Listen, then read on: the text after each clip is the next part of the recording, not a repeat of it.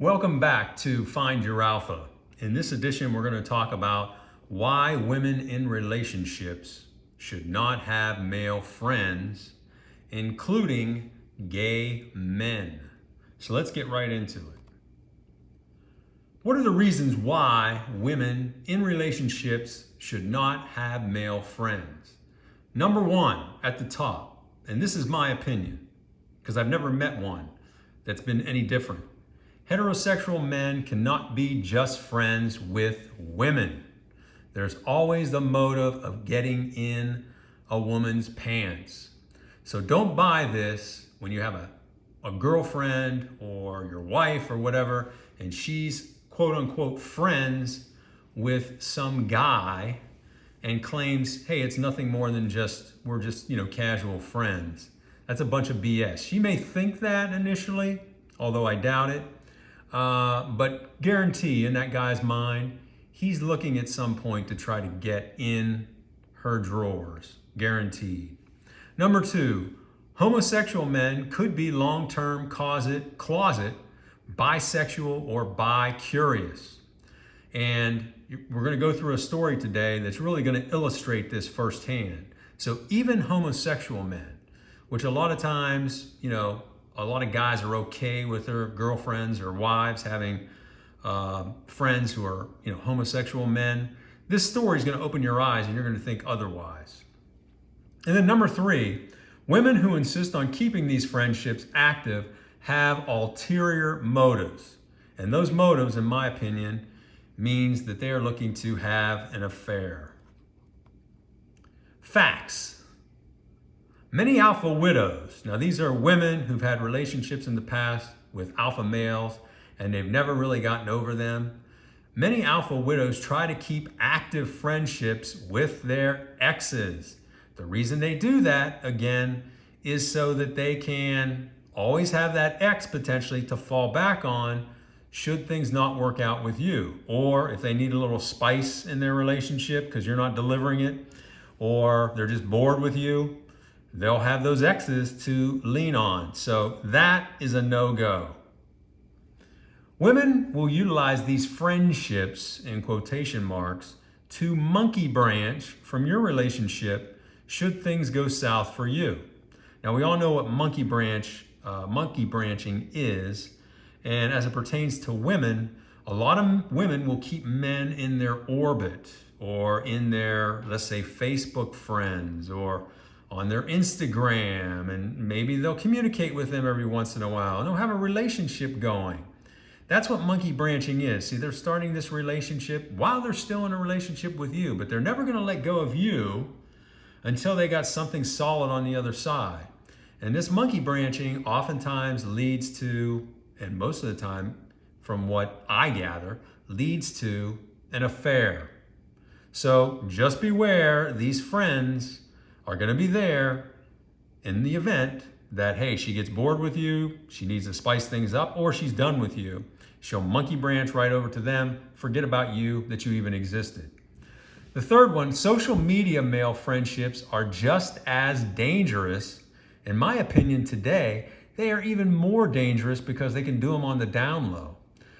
More dangerous than even a traditional friendship.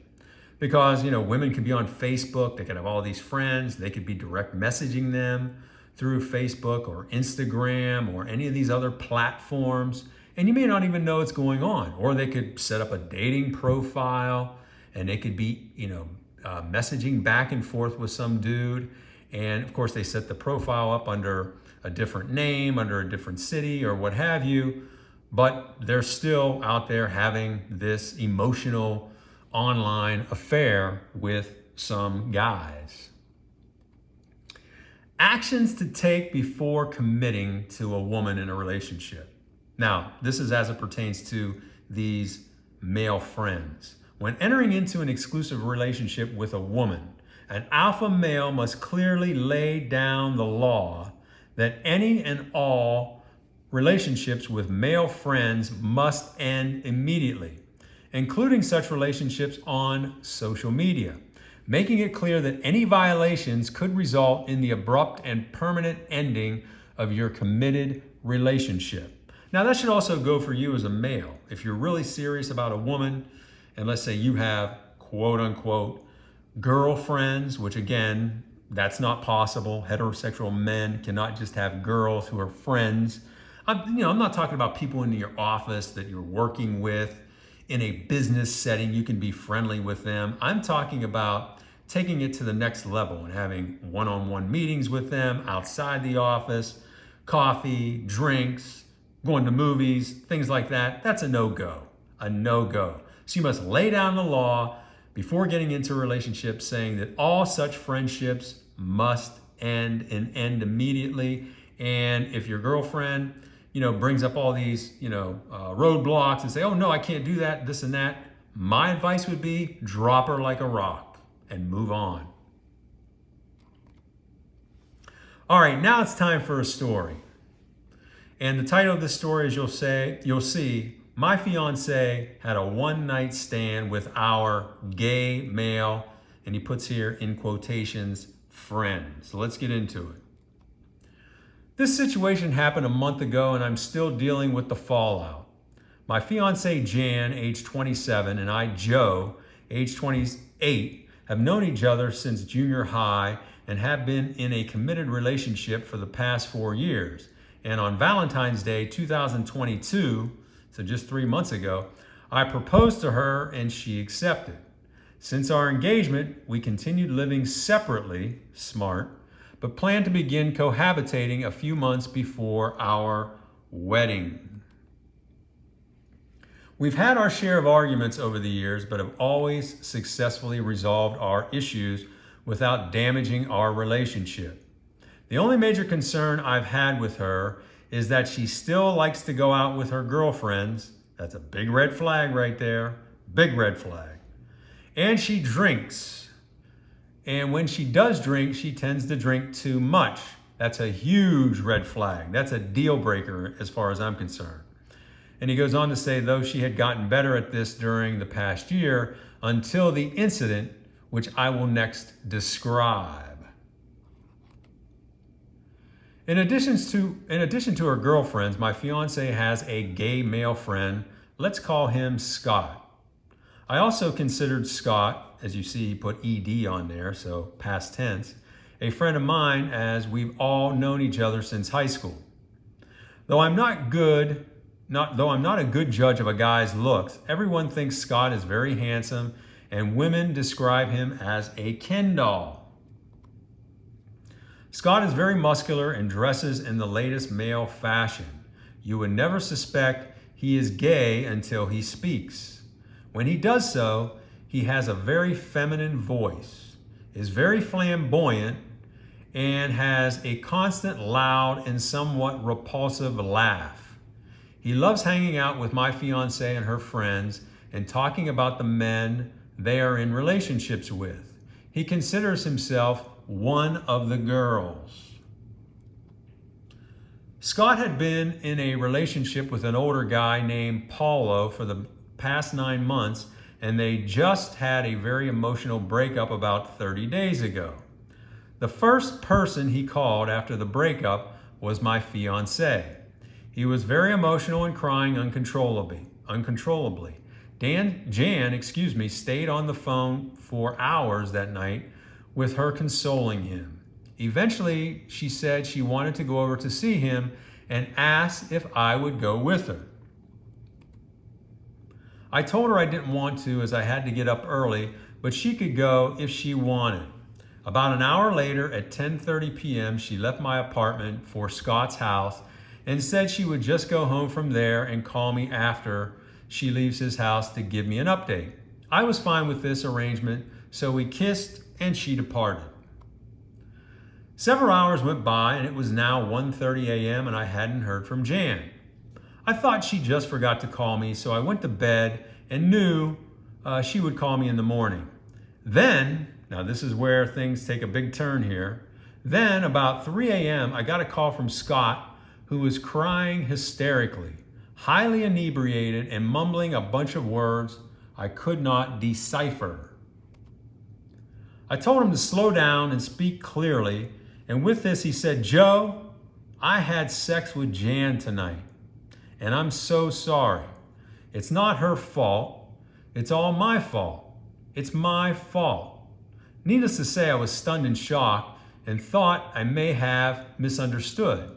So I asked him to repeat this. He started crying again and repeated back exactly what I thought I heard. Again, he started saying it's not her fault and that he's gay and that he didn't want this to impact our relationship as he has no romantic feelings for Jan. With this, I became filled with rage and said, Scott, stop crying and I want you to tell me everything that happened. He again started crying and screaming and saying he didn't want to. I told him, Scott, you tell me the truth or I will never speak to you again. So he proceeded to outline what went down. He's going to give him all the gory details here. He said that he had been drinking all night, and when Jan arrived, she had a drink with him and then proceeded to have 3 to 4 more as they continued talking past midnight. So going back to what we were talking about before, this girl obviously has an alcohol problem. Here she is drinking, 4 to 5 drinks in a matter of a few hours. So this girl, she's definitely got a major problem. He said during the conversation, he said to Jan, he should just become a heterosexual man so he doesn't have to deal with men anymore. He said with this, now listen to this, guys. Jan told him she'd like to take his V card if he was serious. He said he wasn't, but said Jan sat beside him and placed her hand on his crotch and started rubbing. He said she proceeded from there, giving him a brief episode of oral and then taking her clothes off, then undressing him, where they next had intercourse. I was stunned beyond belief. I can just imagine. Just unbelievable. Although, again, this woman has a history of being, a drinker, a partier, and very questionable in those two areas. So, again, shouldn't have male friends, so nothing here really surprises me. I was stunned beyond belief, angry and sick. I said to Scott, "Are you bullshitting me?" He said he wasn't and again began crying hysterically, saying it meant nothing and that he's still gay and both Jan and he regretted their actions. I'm sure he did, but I don't know so much about her. He said he wanted to call me to confess as he considered me one of his best friends and couldn't keep a secret from me. He said he hoped that I would just forget about this, not bring this up to Jan, and we could all go on as friends like it never happened. Now, yeah, like that's going to happen. I mean, this guy just wants him to, hey, I'm telling you this, but don't bring it up to your fiancée, and just forget about it. I'm gay. I'm not interested in her. Just, sweep this under the rug. I was dumbfounded and asked him to hold on while I put him on mute to think about what I was going to do. So he put him on mute to get some silence here to think about, what he was going to do next. I then got the idea to do a 3-way call with Scott and Jan. Boy, this is going to be interesting. I would keep Scott on hold, call Jan, and just ask her how the night went with Scott and see what she said. I unmuted Scott and told him to continue to hold as I was still thinking about what he just told me. He said, okay. With that, I called Jan. She quickly answered and groggily said, "Hi, baby, I miss you." I said I hadn't heard from her and wanted to make sure she had made it home okay. She said, "Oh no, I forgot to call you. I'm so sorry." I then said, "You sound drunk. Have you been drinking?" She said no, but then said she did have 1 drink with Scott but didn't finish it. So not only is she a drinker, but she's also, of course, a liar. I then asked her how Scott was. She said he was doing much better since he and I had a chance to talk things over, and she thinks he's going to be all right. With this, I conference in Scott. I then said, Scott, are you there? And he replied that he was. I said, Jan, are you there? And there was dead silence on the other end. I said again, Jan, are you there? And she eventually said, yes. With this, Scott began crying and again saying how sorry he was for what happened. Jan was silent. I said, Jan, what do you have to say? She said, I don't know what you guys are talking about. With this, Scott said, Jan, I told Joe everything that happened. Just be honest. With this, Jan said, what the F are you talking about, Scott? Scott then said, I told Joe, even though we had sex, I'm still gay and we have no feelings for each other, and that you love him with all your heart. Jan said, Scott, you MFer, what the hell are you talking about? This back and forth went on for several minutes until I cut it off saying I was going to hang up and we'd all talk in the morning. With this, Jan said, don't hang up. I said I was, and that we'd talk in the morning. She said, I'm coming over now. I said, don't do it, as you are drunk, and I will call the cops on you if you drink and drive. With this, I again said, I'll call you in the morning, and hung up. I spent the rest of the night just thinking through what I heard and what I was going to do. So this is already late in the morning because he said when Scott called him, it was 3 o'clock. So we're probably talking now 4 o'clock. The morning came, and at 7:15 a.m., I had someone banging on my apartment door. I was in the shower, so I quickly dried off and got on a pair of shorts and a t-shirt and opened the door. It was Scott. His face was deeply scratched in several places, and his bottom lip had a wide gash in it. He said, is Jan here? I said, no. What happened to you? He then said Jan came to his house and she screamed at him and proceeded to beat him with her fists, scratch his face and eyes, and throw drinking glasses at him, one of which split his lip and cracked one of his front teeth. So also, not only is this woman a drinker, she's a liar, and she's also abusive, physically abusive, as you see here.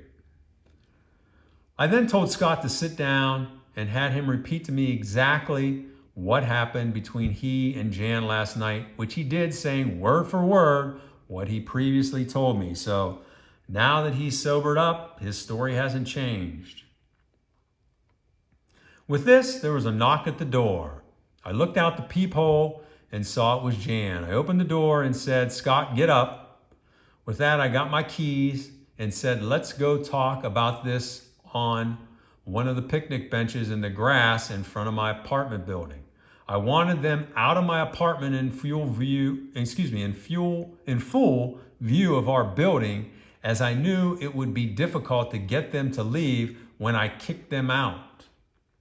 So he's basically taking them away from his apartment so he doesn't have to deal with kicking them out. He's taking them outside to talk to them on a picnic bench.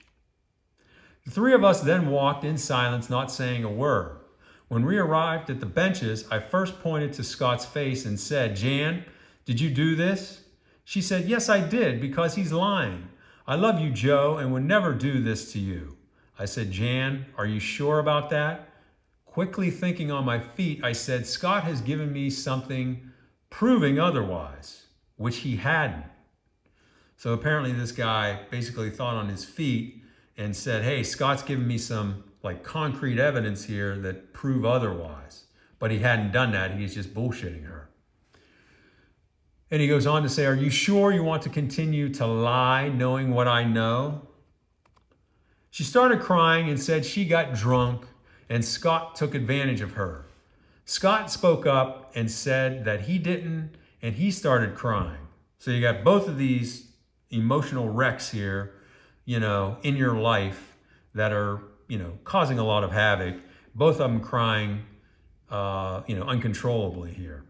With this, she lurched back and slapped him full force across the face. The force was so hard, his head nearly did a 180. I separated them and said, I have something to say to both of you. and I want you both to listen without speaking. I simply said, Jan, I believe Scott 100%. Effective immediately, our engagement and our relationship is over. She started crying, yelling, why? Because I got drunk and had sex with a gay man? So now she's rationalizing this because, this Scott was gay. She's saying, you're going to leave me because, I got drunk and had sex with another man who was gay? He said nothing, which was smart. I then looked at Scott and said, Scott, our friendship is over. I never want to speak or see you again. With that, he started crying hysterically. I then said, I'm going to walk back to my apartment and I don't want either of you to follow me. If you do, I will call the police and file a restraining order. With this, they both started sobbing louder. As I walked away, Jan ran to me and put her arms around me and I just pushed her away. I said, Jan, stop it or I will call the police. Don't make a scene. With this, she ran to her car and peeled out of the parking lot, running to the stoplight at the end of the street. Scott then walked to his car crying and drove away. Since this time, I've not spoken to either of them, but they both texted nonstop and left me numerous voicemail messages saying how sorry they were and that it all meant nothing and let's get back to the way things were. Yeah, like you're just going to forget it. Just forget everything, sweep it under the rug. Let's get married, go forward, like this never happened. Come on, get real. I didn't respond to any of them. Additionally, Jan and Scott have both came separately to my apartment and banged on the door. I never opened and sent them messages saying to get out of here, and if they didn't, I would call the police and file a restraining order. So I like the way this guy handled this. I mean, first of all, he shouldn't have been with this woman in the first place for all those reasons I talked about before. But once he found out about this cheating episode, he immediately cut it off. He handled it like an alpha. He handled it like a boss. So I give him credit for that. I've since notified our families and told them that we had broken up due to Jan's infidelity and explained what happened. So it's another smart thing he did here. So she can't spin a story. He called both of their families, his family and hers, and explained to them what happened. My parents were relieved as they never liked or trusted Jan. So, oftentimes you'll have parents that don't like, someone's boyfriend or girlfriend. And sometimes it's all for nothing. No one's ever good enough for their child. But if there's true reasons, if you ask them, why don't you like her? And they can give you specifics. Like I'm sure they probably didn't like this girl's party personality. Maybe didn't like her drinking or seen her in action when she's been drinking. And those are things that you should take very seriously and listen to your parents. That's where things stand. In a flash, I lost my fiancée and a good friend. I'm heartbroken and emotionally damaged by this experience. As a result, I'm going to abstain from women for the foreseeable future until I feel I can trust again. One silver lining, I'm so glad this happened before we moved in together, and definitely before we got married, or I'd have a much bigger mess to deal with. Absolutely. Absolutely. Okay, so that's the story. Here are the key takeaways.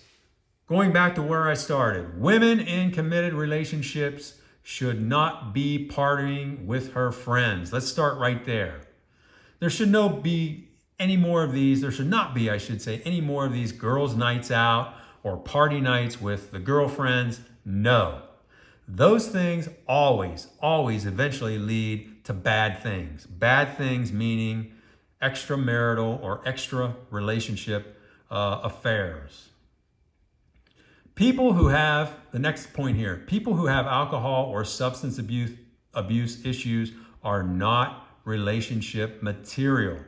They need to get professional help. You cannot save them. Oftentimes, and I've seen it firsthand with friends and family, they'll get involved with somebody with a substance abuse or an alcohol abuse problem, and they think, hey, being with me is going to change this person. It's not. They need to get the help that they need to clean themselves up. Then potentially you could have a relationship with them. But you don't want to get involved with these people when they're actively involved in alcohol or drugs in any manner.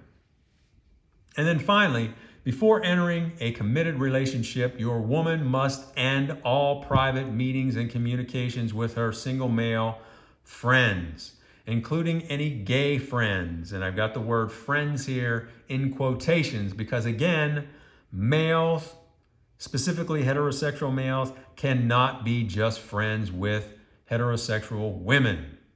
If not, there's a high probability this will lead to trouble at some point during your relationship. I can almost guarantee it is going to end in something that you're not going to like, namely affairs.